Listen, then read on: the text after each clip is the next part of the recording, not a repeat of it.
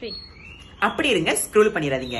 ஒரு முக்கியமான விஷயத்த உங்கள் யாவர்கிட்டயும் நான் பதிவு செய்ய ரொம்ப ஆசைப்படுறேன். என்னது நீங்க பாத்தீங்கன்னா, சென்ற வருடம் அதாவது 2024வது ஆண்டிலே உங்களுடைய வாழ்க்கையில நிறைய காரியத்தை நீங்க செஞ்சிருப்பீங்க. நிறைய அச்சீவ்மெண்ட் உங்களுக்கு கிடைச்சிருந்திருக்கும்.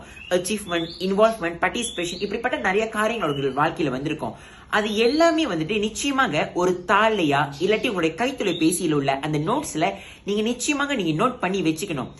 அப்பதாங்க நீங்க புதிய ஒரு ஆண்டுக்கு நீங்க போகும்பொழுது, நான் இந்த வருஷத்துல இந்த விஷயத்துல எல்லாமே நான் அச்சீவ் பண்ணிருக்கேன், இதெல்லாமே என்னுடைய செல்ஃப் அச்சீவ்மெண்ட் அப்படின்னு சொல்லிட்டு நீங்க நோட் பண்ணி வச்சுக்கும் பொழுதுதான் புதிய ஆண்டிற்கான அந்த ஒரு விஷன் அண்ட் மிஷனை வந்துட்டு நீங்க நோட் பண்ணி அதனுடைய அந்த கோலை வந்துட்டு நீங்க நோட் பண்ணி வச்சுக்க முடியும்.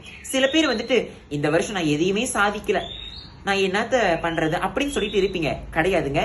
நீங்க எல்லாத்தையும் சாதிச்ச எல்லா காரியத்தையும் ஒரு சின்ன இன்வால்வ்மெண்ட், ஒரு சின்ன சக்சஸா இருந்தா கூட please embrace every little success in your life. Please note it in your phone or in any piece of paper so that you will establish yourself, you will continue to embrace your success in the current year, which is in the new year 2025. So நிச்சயமா சின்ன ஒரு வெற்றியும் கூட வந்துட்டு ரொம்ப ஒரு சின்ன ஒரு காரியமா எண்ணாதீங்க, பெரிய வெற்றியா நீங்க எண்ணுங்க. நிச்சயமா உங்களுடைய வாழ்க்கையில நீங்க வெற்றியை நீங்க